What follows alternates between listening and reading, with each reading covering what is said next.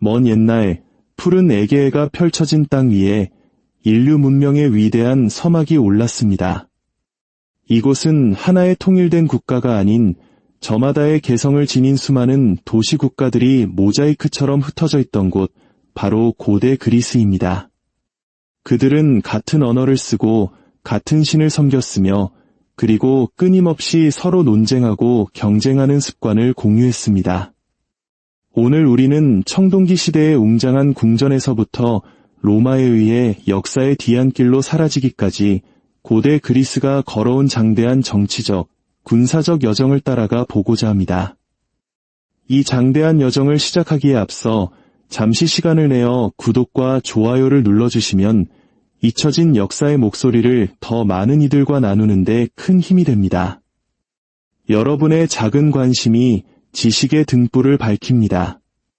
우리의 이야기는 폴리스라는 독특한 도시 국가의 탄생, 철통 같은 규율로 무장한 중장보병 호플리테스 방진의 등장, 그리고 당시 세계 최강대국이었던 페르시아 제국과의 운명을 건 대결을 거쳐 아테네 해상 제국의 흥망성쇠와 그리스 세계 전체를 폐허로 몰아넣은 펠로폰네소스 전쟁, 그리고 마케도니아와 알렉산더 대왕에 의해 그리스 세계가 재편되는 과정까지를 아우를 것입니다.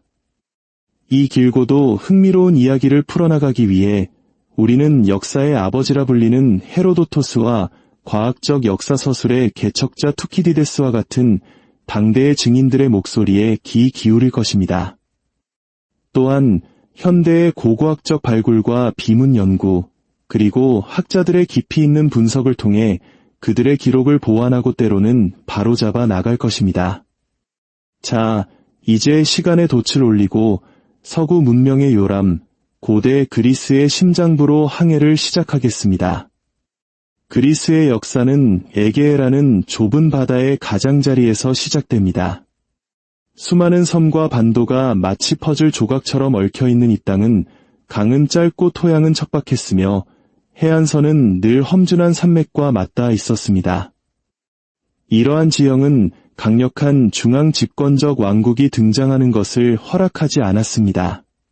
대신 수많은 작은 공동체들이 생겨났고 이들은 생존과 교역, 그리고 권력을 위해 자연스럽게 바다로 눈을 돌렸습니다. 고전기 아테네와 스파르타가 등장하기 훨씬 이전 투키디데스의 명연설이나 후대 역사가들의 냉철한 판단이 기록되기 훨씬 더 오래전에 크레타 섬에는 웅장한 궁전이 있었고 그리스 본토에는 견고한 요새 도시들이 자리 잡고 있었습니다. 그곳의 통치자들은 곡식 배급량과 청동 부품의 수를 세웠고 장인들은 정교한 인장과 날카로운 검을 만들었으며 뱃사람들은 키프로스, 이집트, 그리고 레반트 지역까지 좁은 해협을 누비며 항해했습니다. 이것이 바로 헤로도토스가 파피루스의 역사를 기록하기 수세기 전에 번성하고 또 몰락했던 청동기 시대 그리스인들의 세상입니다. 크레타 섬에서 고고학자들은 크노소스 궁전의 넓은 계단과 수많은 저장고, 그리고 빛이 잘 들도록 설계된 중정을 발굴했습니다. 이곳은 마치 미로처럼 복도와 뜰이 얽혀 있었고 창고에는 한때 와인과 올리브유, 곡물을 가득 담았을 수백 개의 거대한 항아리, 피토이가 줄지어 있었습니다. 궁전의 벽은 황소 위를 뛰어넘는 고개사, 장엄한 행렬, 그리고 신성한 풍경을 묘사한 밝은 색채의 프레스코화로 화려하게 장식되어 있었습니다. 이들, 즉 미노아 문명의 사람들은 선형문자 A라는 문자를 사용했는데 훗날 그리스 본토에서 사용된 문자비와는 달리 아직까지도 완벽히 해독되지 않은 수수께끼로 남아 있습니다.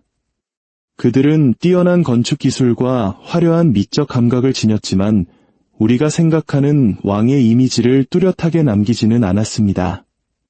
한때 크레타 해상 제국이라는 개념이 유행했지만 이는 증거보다는 시적인 상상에 가까울 수 있습니다. 그러나 크레타 섬의 지리적 위치는 그들을 자연스럽게 물자와 문화의 중개자로 만들었습니다. 크레타의 도공들은 독특한 양식의 도자기를 에게해 전역에 공급했고 금속 장인들이 만든 정교한 칼은 멀리 이집트 왕실에서도 탐낼 정도였습니다. 지진이 잦았던 탓에 궁전들은 여러 차례 재건되었습니다. 특히 오늘날 산토리니라 불리는 섬의 화산 폭발은 고대 세계에 엄청난 충격을 주었습니다. 이 폭발로 아크로티리 유적지에는 두꺼운 화산재 아래 완벽하게 보존된 프레스코아가 남게 되었습니다. 폭발 시기에 대해서는 기원전 2000년대 중반을 가리키는 과학적 연구와 그보다 후대를 시사하는 역사적 기록 사이에 여전히 학문적 논쟁이 있지만 한 가지 확실한 것은 이 거대한 자연재해가 에게의 세계의 질서를 뒤흔들었고 그 여파 속에서 힘의 중심이 이동했다는 사실입니다. 크레타의 북서쪽 그리스 본토에서는 또 다른 강력한 세력이 떠오르고 있었습니다.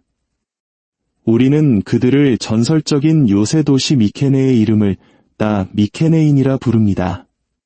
미케네의 발굴 현장에서는 황금 가면, 사자 사냥 장면이 상감된 단검, 그리고 배기보다는 찌르기에 적합한 긴 칼들이 가득한 원형 무덤이 발견되었습니다. 기원전 16세기 미케네와 다른 중심지의 지배계층은 전쟁과 과시를 통해 권력을 쌓았음을 보여주는 부장품과 함께 죽은 자를 묻었습니다. 이후 수세기 동안 그들은 미케네, 필로스, 티린스, 테베와 같이 오늘날까지도 그 이름이 무게감 있게 전해지는 곳들의 언덕 위에 궁전을 지었습니다. 그리고 그들의 성체를 거대한 돌덩이로 둘러쌌는데 그 규모가 어찌나 거대했던지 후대의 그리스인들은 거인족 키클롭스가 쌓았다고 믿었을 정도입니다. 미케네의 사자문 앞에 서본 사람이라면 누구나 이 거석들이 방문객에게 전달하고자 했던 메시지를 이해할 수 있습니다. 바로 이곳에는 강력한 힘과 조직력이 존재한다는 선언이었습니다. 필로스를 비롯한 여러 궁전의 저장고에서는 서기들이 점토판에 궁전의 경제활동을 꼼꼼히 기록했습니다. 1950년대 마이클 벤트리스와 존 체드윅은 선형문자비로 알려진 이 문자가 초기 형태의 그리스어임을 밝혀냈습니다. 이는 20세기 고고학계의 가장 위대한 발견 중 하나로 꼽힙니다. 점토판의 내용은 딱딱한 행정용어로 가득 차 있습니다. 토지 분배, 직물 공장에서 일하는 여성 노동자들의 배급, 우리가 이미 아는 이름의 신들에게 바치는 제물, 그리고 전차바퀴의 납품 목록 같은 것들입니다. 필로스 궁전은 돼지, 소, 향기나는 올리브유의 수량까지 세세하게 기록했습니다. 궁전은 와낙스, 즉 주군의 장소라 불렸고 라와게타스라는 군사 지도자도 있었습니다. 이 단순한 행정 기록 뒤에는 영토에서 생산물과 공예품을 거두어들여 전문가와 가신들에게 재분배하는 중앙 집권적 시스템의 모습이 그려집니다. 이 시스템은 풍작과 주석과 구리를 들여오는 긴 보급망, 그리고 정치적 통제력에 의존했습니다. 모든 것을 계산하고 명령할 수 있었기에 견고했지만 동시에 너무나 많은 길이 궁전이라는 하나의 중심으로 모였기 때문에 외부 충격에 취약하기도 했습니다. 고고학적 발견은 이 세계의 광대한 범위를 보여줍니다. 미케네의 도자기는 끈질기게도 에게의 전역에서 발견됩니다. 키프로스, 아나톨리아 해안, 레반트, 심지어 나일강 삼각주에서도 그 파편과 온전한 그릇들이 출토됩니다. 아나톨리아의 히타이트 왕궁 문서에는 아히야와라는 서쪽의 민족이 언급되는데 많은 학자들은 이들이 바로 에게의 그리스인들이라고 봅니다. 이 문서들은 을루사라는 장소를 언급하는데 이는 후대 그리스인들이 일리온, 즉 트로이로 알고 있던 도시일 가능성이 높습니다. 한 히타이트 조약에는 알렉산드라는 통치자의 이름이 나오는데 이는 그리스 이름 알렉산드로스를 떠올리게 합니다. 이는 호메로스의 서사시가 현장 보고서처럼 정확하다는 뜻이 아닙니다. 중요한 것은 기원전 13세기의 에게해와 서부 아나톨리아의 민족들이 외교와 전쟁으로 복잡하게 얽혀 있었고 그 흔적이 땅과 문서 양쪽에 모두 남아있다는 사실입니다. 터키 남부 해안의 울루부룬 앞바다에서 발견된 난파선 하나는 이 모든 것을 생생하게 보여줍니다. 기원전 14세기 후반에 침몰한 이상선에서 잠수부와 고고학자들은 그 화물을 하나하나 인양했습니다. 소가죽 모양으로 주조된 구리주개가 약 40개, 이는 수천 개의 도구나 무기를 만들 수 있는 양이었습니다. 청동을 만드는 데 필수적이지만 더 희귀했던 주석 주개도 있었습니다. 그 밖에도 수지, 푸른 유리, 흑단, 하마이빨, 상하원석, 그리고 멀리 흑해와 누비아에서 온 사치품들이 가득했습니다. 이 배는 수많은 왕국과 항구를 잇는 교역로를 항해했습니다. 그 화물은 곧 청동기 시대 세계의 지도인 셈입니다. 이는 미케네와 크레타의 지배층이 얼마나 멀리 떨어진 교역망에 의존했는지를 보여주며 동시에 세상의 바람이 바뀌었을 때 예의 시스템이 그토록 취약했는지를 암시합니다. 기원전 12세기 궁전들은 불탔습니다. 파괴의 물결이 에게해와 동부 지중해를 휩쓸었습니다. 지역마다 시기는 조금씩 달랐지만 필로스, 미케네, 티린스의 성체들은 약탈당하거나 버려졌습니다. 필로스에서 발견된 선형문자 비점토판에는 해안 감시자들에 대한 언급이 있는데 이는 바다로부터의 실질적인 위협을 감지하고 있었음을 시사합니다. 이집트는 바다 민족이라 불리는 해양 약탈자들과 싸웠고 히타이트의 수도는 함락되었습니다. 그리스에서는 이 파괴가 궁전 시스템의 행정적 척추를 완전히 부러뜨릴 만큼 오랫동안 지속되었습니다. 그 원인에 대해서는 여전히 논쟁이 분분합니다. 지진이 일부 중심지를 강타한 것은 분명합니다. 기후연구는 동부 지중해 전역에 걸친 장기간의 가뭄이 기근과 이주를 유발했을 가능성을 제기합니다. 청동을 공급하던 긴 교역로가 끊겼을 수도 있습니다. 부와 권력을 궁전에 집중시키는 시스템은 의존과 동시에 원망을 낳기에 내부적인 반란 또한 충분히 가능한 시나리오입니다. 가장 간단하게는 붕괴라고 말할 수 있겠지만 더 정확하게는 여러 가지 압박 요인이 한꺼번에 작용하여 마침내 시스템이 버티지 못하게 되었다고 보는 것이 타당할 것입니다. 그 이후 그리스에 찾아온 시기를 우리는 흔히 암흑시대라고 부릅니다. 이는 다소 무뚝뚝하고 오해를 살 수 있는 용어입니다. 그 수세기 동안에도 빛은 있었고 변화와 심지어 부흥의 싹도 트고 있었습니다. 하지만 기원전 1200년경부터 800년경까지 물질적인 기록은 현저히 줄어듭니다. 유적지의 규모는 작아지고 문자는 사라졌습니다. 서기를 양성하고 필요로 했던 궁전이 사라지자 선형문자 비 역시 살아남지 못했습니다. 경제는 궁전 중심의 재분배 시스템에서 지역 단위의 자급자족 생산으로 후퇴했습니다. 사람들은 성체를 떠나 작은 촌락이나 농가로 흩어졌습니다. 도자기 양식은 후기 헬라딕 시대의 화려한 형태에서 깔끔한 곡선과 띠무늬가 특징인 원시기하학 양식으로 단순화되었습니다. 도구와 무기의 재료는 청동에서 철로 바뀌기 시작했습니다. 이는 중요한 기술적 변화였는데 철은 주석처럼 복잡한 교역로에 의존하지 않았기 때문입니다. 하지만 이야기가 축소되기만 한 것은 아닙니다.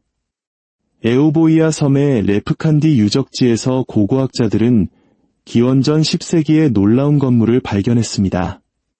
중앙 공간에 화장된 남성의 유골과 황금 장신구와 함께 묻힌 여성, 그리고 말의 뼈가 발견된 긴 회랑 형태의 건물이었습니다. 이후 이 건물은 거대한 봉분으로 덮였습니다. 이는 옛 궁전과는 다른 형태지만 궁전이 무너진 후에도 일부 가문들이 부와 교역망, 그리고 종교적 권위를 유지했음을 보여주는 증거입니다. 이후 에우보이아의 상인과 모험가들은 시리아의 알미나나 나폴리만의 피테쿠사이처럼 그리스 세계의 변방에 나타납니다. 고졸기 시대에 식민도시를 건설하게 될 사람들은 이미 암흑시대 후반부터 새로운 뿌리를 내릴 곳을 찾아 움직이고 있었던 것입니다. 이 시기 그리스의 권위는 개인적이고 지역적이었습니다. 후대 그리스인들은 이때를 바실레우스, 즉 족장이나 왕위 혈연, 원로회, 선물 교환, 그리고 무장 추종자들의 충성을 통해 작은 공동체를 다스리던 시대로 기억했습니다. 호메로스의 서사시는 이 세 개의 기억을 담고 있는데 지도자들이 동료들과 식사하고 원로들이 왕호를 잡고 발언하는 집회에서 분쟁을 해결하는 모습을 묘사합니다. 사회의 기본 단위는 토지와 저장고, 그리고 친족으로 이루어진 가구, 즉 오이코스였습니다. 토지는 지위와 안정을 재는 척도였고 토지를 둘러싼 분쟁은 작은 공동체의 정치를 형성했습니다. 암흑시대의 전쟁은 사회의 자원이 부족했기에 제한적이었지만 결코 멈추지 않았습니다. 약탈, 가축절도, 국경 분쟁은 구전 서사시와 언덕이 작은 정착촌들의 고고학적 기록에 나타나는 삶의 일부였습니다. 종교 활동은 끈질기게 이어지며 성장했습니다. 크레타의 산봉우리와 동굴은 궁전시대부터 신성한 곳으로 여겨져 계속해서 봉헌물이 바쳐졌습니다. 본토와 섬들의 성소에는 점점 더 넓은 지역에서 온 봉헌물이 쌓이기 시작했습니다. 9세기와 8세기에 이르면 올림피아나 델포이 같은 곳은 이미 한 계곡이나 섬을 넘어선 방문객들을 끌어모으고 있었습니다. 고대인들은 올림픽 경기의 시작을 기원전 776년으로 기록했는데 이는 승자 목록을 기록하고 연도를 세는 기준점을 마련하기 위함이었습니다. 중요한 것은 숫자의 정확성보다 여러 공동체를 공동의 의식과 경쟁으로 묶는 범그리스적인 달력이 성장했다는 사실입니다. 성소의 재이는 형식은 지역적이었지만 그 지향점은 모든 그리스인을 아우르는 판헬레닉이었습니다. 델포이에 받쳐진 삼각소치나 올림피아에 남겨진 청동상은 한 도시나 가문의 존재감을 과시하는 수단이었습니다. 8세기경 그리스인들은 페니키아인들로부터 알파벳을 받아들여 자신들의 언어에 맞게 변형했습니다. 가장 큰 혁신은 모음을 표기하는 글자를 도입한 것이었습니다. 이로써 다른 문자 체계가 갖지 못했던 정밀함으로 그리스어를 기록할 수 있게 되었습니다. 초기 비문들은 짧습니다. 피테쿠사이에서 발견된 유명한 컵에는 서사시 전통의 인물인 네스토르를 언급하는 재치 있는 문구가 새겨져 있어 노래와 문자가 이미 교류하고 있었음을 보여줍니다. 문자가 궁전의 사무실을 벗어나 공동체의 공적인 삶 속으로 들어온 것입니다.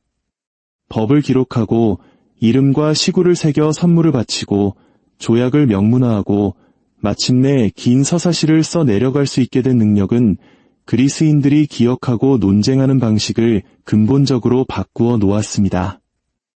8세기의 물질 문화는 이전 세기와는 다른 에너지를 보여줍니다. 도공들은 기하학 양식을 완성시켰고 가장 큰 도자기에는 장례 행렬이나 의식 장면을 빽빽하게 그려 넣었습니다. 인물들은 단순하고 도식적이지만 그 구도에는 그리스 사회에 떠오르던 새로운 질서와 조응하는 역동적인 리듬이 있습니다. 정착지들은 성장했습니다. 아테네에서는 아크로폴리스 주변 지역에 더 많은 주민이 모여들었고 코린토스는 두 바다를 잇는 지역의 이점을 활용하여 성장했습니다. 이 중심지들은 옛 궁전과는 달랐습니다. 그들은 그리스인들이 폴리스라고 부르는 작지만 강한 자의식을 가진 새로운 공동체의 탄생을 예고했습니다. 분교의 여파는 외부 세계와의 관계 또한 재편했습니다. 동방의 예술 양식을 흡수하여 그리핀, 스핑크스, 팔메트 문양이 그리스의 도자기와 금속 공예품에 나타나는 오리엔탈라이징 양식이 유행했습니다.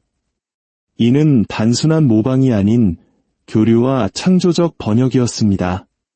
그리스 건축가들은 근동의 장인들로부터 거대한 신전을 짓는 기술을 배웠고 이야기꾼들은 새로운 신화와 신들을 묘사하는 새로운 방식을 흡수했습니다. 이 시기 청동기 시대의 기억은 단편적이었지만 완전히 사라지지는 않았습니다. 언덕 위에는 폐허가 된 성체가 솟아있었고 사람들은 무너진 성벽을 지나치며 거인과 고대 왕들에 대한 이야기를 만들어냈을 것입니다. 이 이야기들은 훗날 영웅 서사시와 가계도로 굳어졌습니다.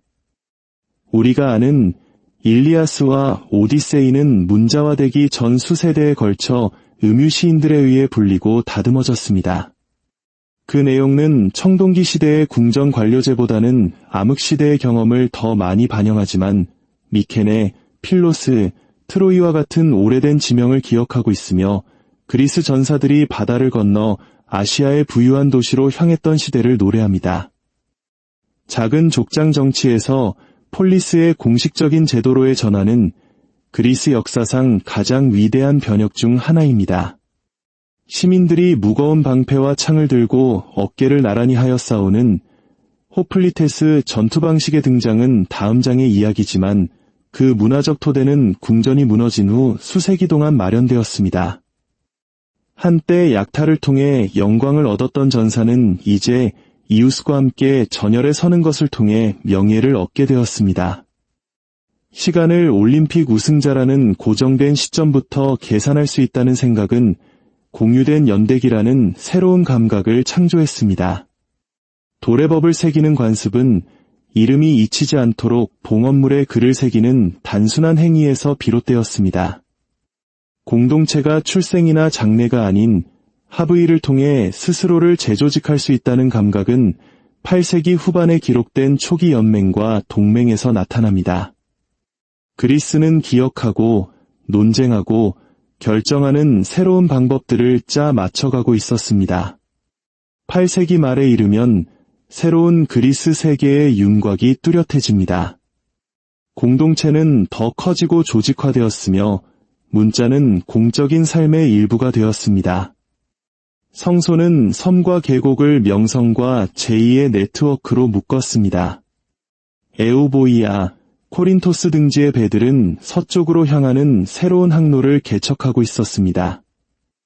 폴리스의 전사 대열은 입법가와 시인들이 공식적인 목소리를 부여하기 전부터 이미 이상과 현실 속에서 형성되고 있었습니다.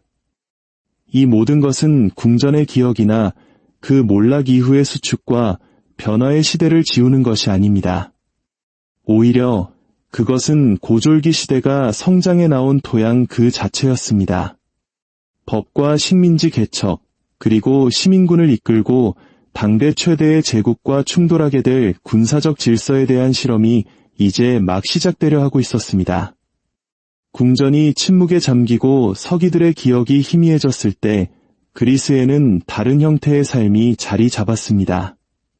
그것은 하나의 궁정을 중심으로 하지 않았고 기름과 청동의 수량을 세는 창고를 중심으로 조직되지도 않았습니다.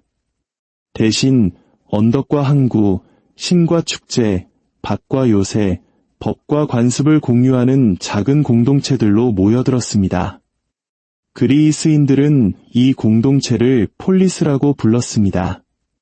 후대의 작가들은 이를 도시국가로 번역했지만 폴리스라는 그리스어 단어는 그보다 더 큰 의미를 담고 있습니다.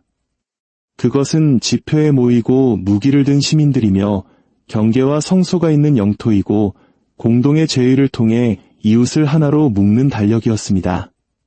기원전 8세기와 7세기에 이르러 폴리스는 그리스인들이 토론하고 싸우며 교역하고 식민지를 개척하며 법을 만들고 시를 쓰고 아들들에게 전열에 서는 법을 가르치는 삶의 틀이 되었습니다.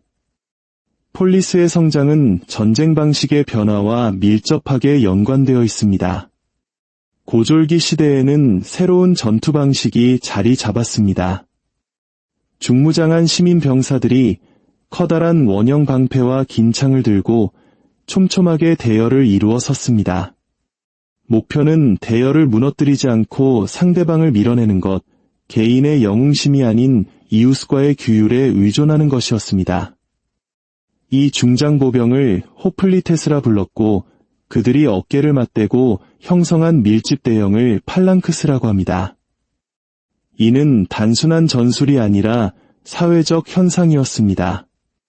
이런 방식으로 싸우기 위해 도시는 갑옷과 무기를 살 수 있을 만큼 부유한 시민들을 충분히 확보해야 했고 훈련과 신뢰가 필요했습니다.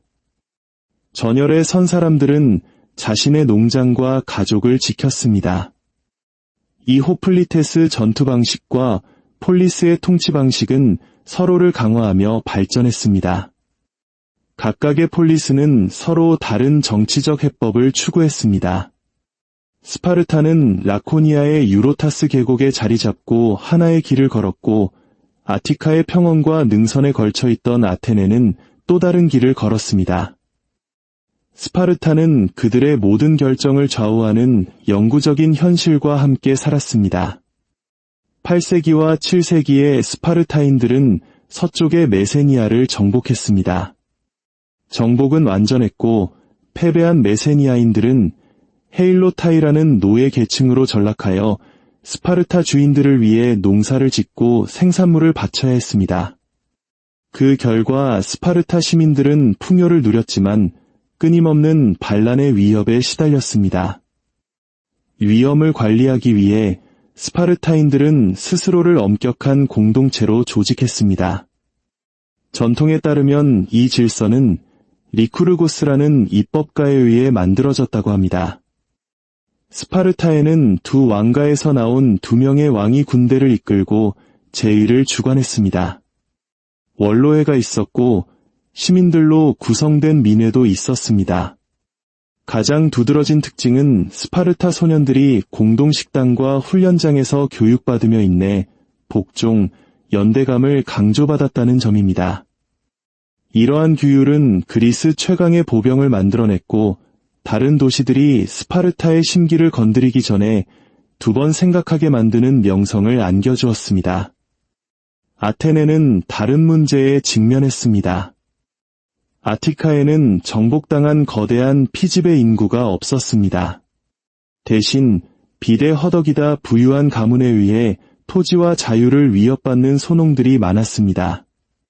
기원전 6세기 초 아테네인들은 솔론이라는 개혁가에게 의지했습니다. 그는 빚을 탕감하고 시민을 담보로 한 부채 노예제를 금지했으며 재산에 따라 시민을 4등급으로 나누어 정치 참여의 기회를 차등적으로 부여했습니다. 그는 후대 아테네인들이 이해하는 민주주의를 창조하지는 않았지만 혈통이 권력을 독점하는 구조를 깨고 가난한 시민들에게도 법안에서 자신들의 몫을 주장할 권리를 주었습니다. 솔론의 개혁 이후에도 아테네는 한 세대 동안 파벌 갈등을 겪었고 이 혼란 속에서 페이시스트라토스라는 참주가 등장했습니다. 참주, 즉 티라노스는 당시에는 아직 부정적인 의미가 강하지 않았고 합법적인 절차 없이 권력을 잡은 통치자를 의미했습니다. 그는 솔론의 법을 유지하고 축제와 공공사업을 장려했으며 예술가들을 후원하여 아테네를 문화적으로 풍요롭게 만들었습니다. 그의 아들들이 축출된 후 기원전 508년경 클레이스테네스는 고전기 아테네 민주주의의 기틀을 마련한 개혁을 단행했습니다. 그는 혈연 기반의 부족을 거주지 기반의 새로운 부족으로 재편하고 추첨으로 선출되는 500인 평의회를 확대했으며 이어민물을 10년간 추방할 수 있는 도편 추방제를 도입했습니다. 클레이스테네스는 거대하고 다양한 인구가 스스로를 규칙적으로 통치할 수 있는 제도를 창조한 것입니다. 고졸기 시대의 또 다른 특징은 바로 식민지 개척입니다. 이는 어머니 도시가 정착민들을 보내 자신만의 토지와 법을 가진 독립적인 폴리스를 세우게 하는 것을 의미했습니다. 인구 압박, 정치적 패배, 새로운 시장 개척 등 다양한 이유로 그리스인들은 지중해와 흑해연안 곳곳에 새로운 도시를 건설했습니다. 이탈리아 남부와 시칠리아, 프랑스 남부의 마르세유, 북아프리카와 흑해연안에 이르기까지 이 새로운 폴리스들은 지중해의 경제를 변모시켰습니다. 그리스의 도자기, 와인, 올리브유가 흘러나가고 곡물, 금속, 목재, 노예가 흘러들어왔습니다.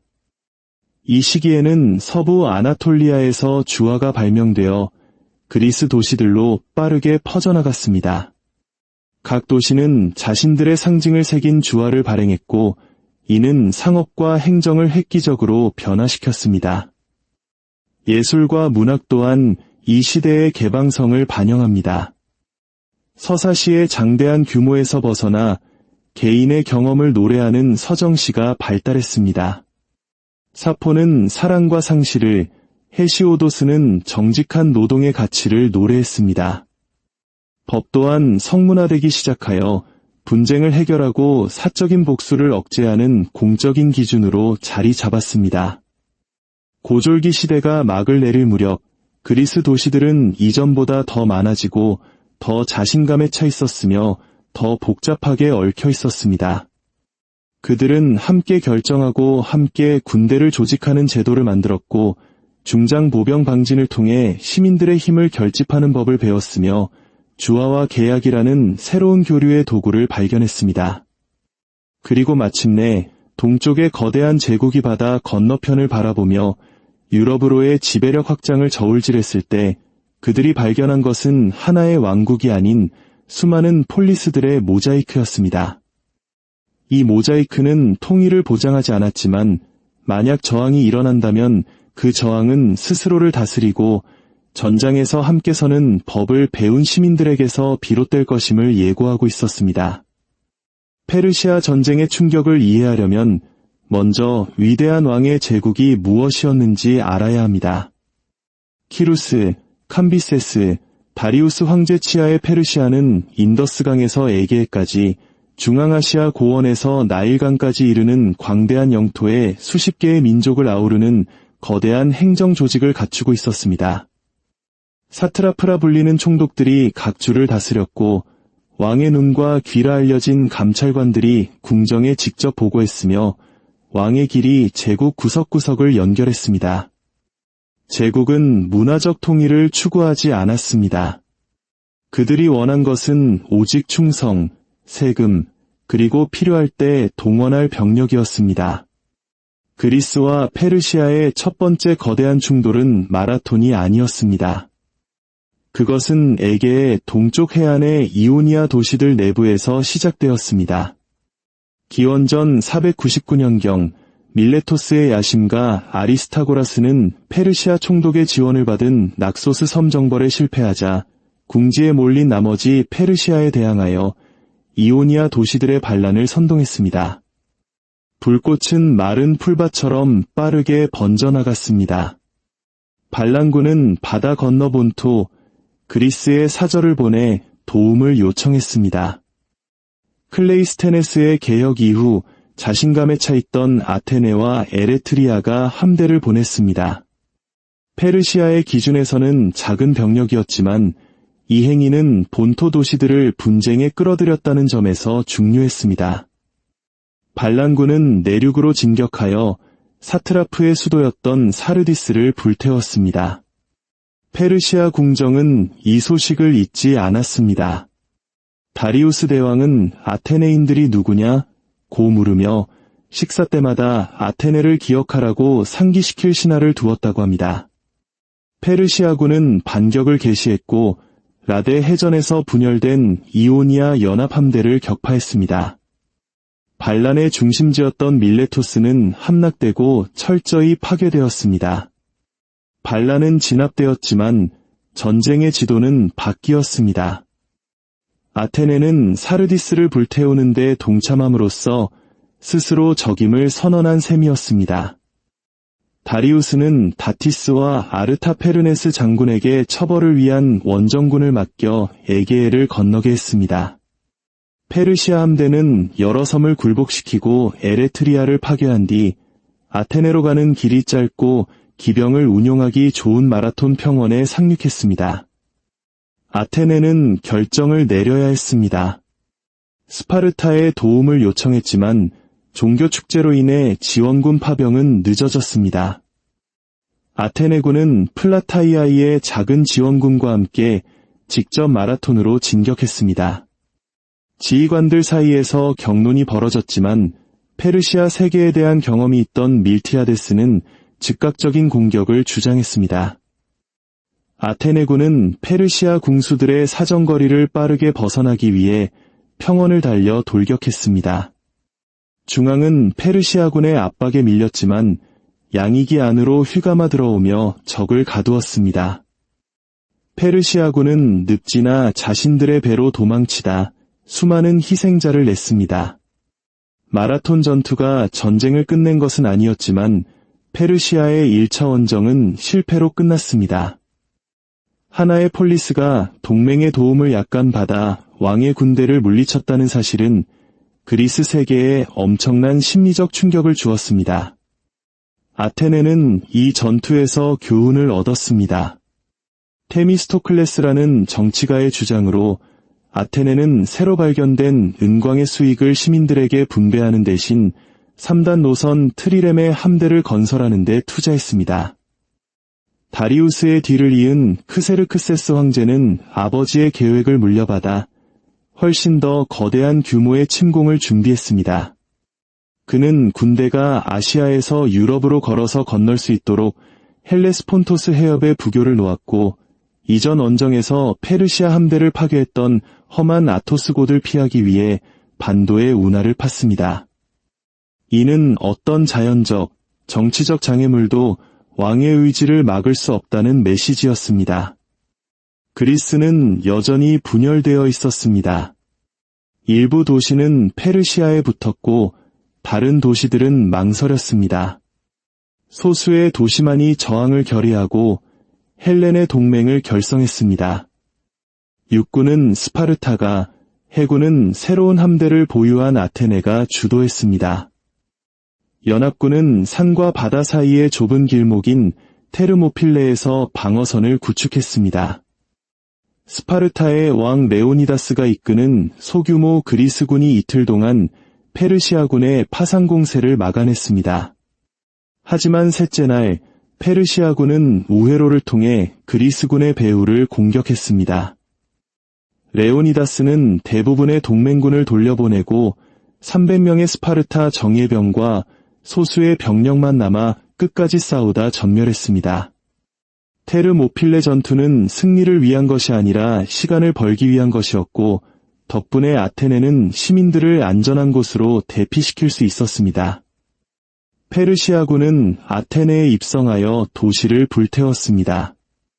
이제 전쟁의 운명은 바다에서 결정될 운명이었습니다. 테미스토클레스는 좁은 살라미스 해협에서 결전을 치르도록 연합군을 설득했습니다. 좁은 해협에서는 페르시아의 수적 우위가 오히려 장애물이 되었습니다. 그리스의 트리레메들은 적함의 충각으로 부딪히고 후퇴하기를 반복하며 페르시아 함대를 격파했습니다. 아티카 해안의 왕좌에서 이 광경을 지켜보던 크세르크세스는 자신의 함대가 무너지는 것을 목격해야 했습니다.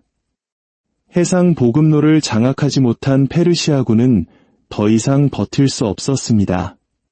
크세르크세스는 주력군을 이끌고 철수했고 남겨진 마르도니우스의 군대는 이듬해 플라타이아의 평원에서 그리스 연합군과 최후의 결전을 벌였습니다. 스파르타의 파우사니아스가 지휘하는 그리스 중장 보병들은 수적으로 우세한 페르시아군을 상대로 압도적인 승리를 거두었습니다. 같은 날 연합함대는 미칼레에서 페르시아 함대를 격파하고 상륙하여 적의 진지를 불태웠습니다. 페르시아의 대규모 침공은 이렇게 끝이 났습니다. 그리스인들은 스파르타의 육군과 아테네의 해군이 힘을 합치면 세계 제국도 물리칠 수 있다는 사실을 깨달았습니다. 또한 시민들이 운영하는 해군력이 도시의 운명을 어떻게 바꿀 수 있는지도 알게 되었습니다. 전쟁의 잿더미 속에서 아테네는 강력한 함대와 연합군 지도 경험, 그리고 굳은 결의를 얻었습니다. 반면 스파르타는 높아진 위신과 함께 아테네의 야망에 대한 깊은 의심을 품게 되었습니다. 플라타이아의 전투 이후 아테네의 주도하에 델로스 동맹이 결성되었습니다. 명분은 페르시아로부터 그리스 도시들을 해방하고 에게해를 지키는 것이었습니다. 동맹의 금고는 아폴론의 성스러운 섬 델로스에 두었고 각 회원국은 함선이나 돈을 제공했습니다. 하지만 동맹은 점차 아테네 제국으로 변모했습니다. 아테네는 동맹에서 탈퇴하려는 도시를 무력으로 진압했고 동맹기금은 아테네의 국고처럼 사용되었습니다. 마침내 기금은 델로스에서 아테네의 아크로폴리스로 옮겨졌습니다. 이 돈으로 아테네는 노젓는 수병들과 배심원들에게 급료를 지급하고 함대를 유지했으며 인류 역사상 가장 위대한 건축 프로젝트 중 하나를 시작했습니다. 바로 파르테논 신전입니다. 아크로폴리스 언덕 위에 세워진 이 웅장한 신전은 아테네의 힘과 영광, 그리고 제국의 부를 상징하는 기념물이 되었습니다. 이 시기 아테네 정치를 이끈 인물은 페리클레스였습니다. 그는 아테네가 바다에 의존하는 해상 제국이 되어야 한다고 믿었고 민주주의를 더욱 발전시켰습니다. 그는 배심원과 공무에 참여하는 시민들에게 수당을 지급하여 가난한 사람들도 정치에 참여할 길을 열었습니다. 페리클레스 시대의 아테네는 정치, 경제, 문화의 황금기를 맞이했지만 그 영광은 동맹국들의 희생 위에 세워진 것이었습니다. 아테네의 팽창은 스파르타와 그 동맹국들의 불안감을 자극했습니다. 코린토스, 메가라 등과의 국지적인 분쟁은 점점 더 큰 갈등으로 번져갔습니다. 기나긴 긴장 끝에 마침내 두 세력은 그리스 세계 전체를 파멸로 이끌 30년에 걸친 전쟁, 펠로폰네소스 전쟁의 소용돌이 속으로 빠져들게 됩니다. 페리클레스의 전략은 명확했습니다. 스파르타와는 육지에서 정면 대결을 피하고 대신 장벽 안에서 농성하며 해군을 이용해 펠로폰네소스 반도를 괴롭히는 것이었습니다. 전쟁 초반 스파르타군이 아티카를 유린하는 동안 아테네의 함대는 적의 해안을 습격했습니다. 그러나 누구도 예상치 못한 재앙이 닥쳤습니다. 바로 역병이었습니다. 역사가 투키디데스가 생생하게 기록한 이 끔찍한 전염병은 좁은 성벽 안에 갇힌 아테네를 휩쓸었고 인구의 4분의 1 이상이 목숨을 잃었습니다. 위대한 지도자 페리클레스마저 이 병으로 세상을 떠났습니다. 지도자를 잃고 역병으로 황폐해졌음에도 아테네는 끈질기게 버텼습니다. 전쟁은 교착 상태에 빠졌고 양측은 승패를 주고받았습니다. 스파르타의 명장 브라시다스가 북부 그리스에서 활약하며 아테네의 동맹 도시들을 이탈시켰고 아테네는 필로스에서 스파르타 정예병을 포로로 잡는 혁혁한 공을 세우기도 했습니다. 지친 양측은 니키아스 평화조약을 맺었지만 그것은 불안한 휴전에 불과했습니다. 평화는 오래가지 못했습니다. 페리클레스의 후계자 자리를 놓고 경쟁하던 알키비아데스라는 점고 야심만만한 정치가가 등장했습니다. 그는 시칠리아 원정이라는 거대한 도박을 아테네 시민들에게 제안했습니다. 시칠리아의 부유한 도시 시라쿠사를 정복하여 전쟁의 균형을 완전히 바꾸자는 것이었습니다. 아테네 역사상 최대 규모의 원정대가 화려하게 출정했지만 원정은 재앙으로 끝났습니다. 내분과 지휘관의 실책, 그리고 시라쿠사와 스파르타 연합군의 완강한 저항에 부딪힌 아테네군은 시칠리아에서 전멸에 가까운 패배를 당했습니다. 수만 명의 병사와 수백 척의 함선을 잃은 이 패배는 아테네의 치명타가 되었습니다. 스파르타는 이 기회를 놓치지 않았습니다. 그들은 페르시아로부터 자금 지원을 받아 해군을 재건했고 에게해에서 아테네의 재해권에 도전했습니다. 아테네 내부에서는 과두정 쿠데타가 일어나는 등 극심한 혼란이 이어졌습니다. 아테네는 마지막 남은 힘을 쥐어짜 몇 차례 해전에서 승리하며 저항했지만 기울어진 전세를 되돌릴 수는 없었습니다. 마침내 기원전 404년 아이고스포타모이 해전에서 아테네 함대가 전멸하면서 길고 길었던 전쟁은 끝이 났습니다. 승리한 스파르타는 아테네의 장벽을 허물고 제국을 해체시켰습니다. 한때 그리스 세계를 호령했던 아테네의 영광은 폐허 속으로 쓰러졌습니다. 전쟁은 그리스 세계 전체를 피폐하게 만들었습니다. 수십 년간의 내전은 폴리스 시스템의 활력을 앗아갔고 끊임없는 불신과 증오만을 남겼습니다. 스파르타가 승리했지만 그들 역시 그리스 세계를 안정적으로 이끌 능력은 없었습니다. 그들의 강압적인 통치는 또 다른 반발을 낳았고 테베와 같은 새로운 강자가 등장하며 그리스는 다시 한번 혼란의 시대로 접어듭니다. 바로 이때 북방의 마케도니아에서 필리포스 2세라는 강력한 군주가 등장하여 분열된 그리스를 잠재우고 그의 아들 알렉산더 대왕이 동방원정을 통해 그리스 문화를 전 세계에 퍼뜨리는 새로운 시대, 헬레니즘 시대의 서막을 열게 됩니다. 찬란했던 폴리스의 시대는 저물고 거대한 제국의 시대가 동터오고 있었던 것입니다.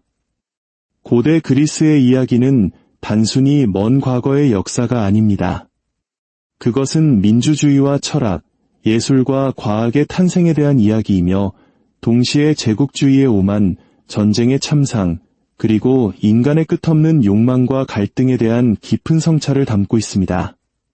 그들이 남긴 빛과 그림자는 오늘날까지도 우리 문명의 근간을 이루며 우리에게 끊임없이 질문을 던지고 있습니다.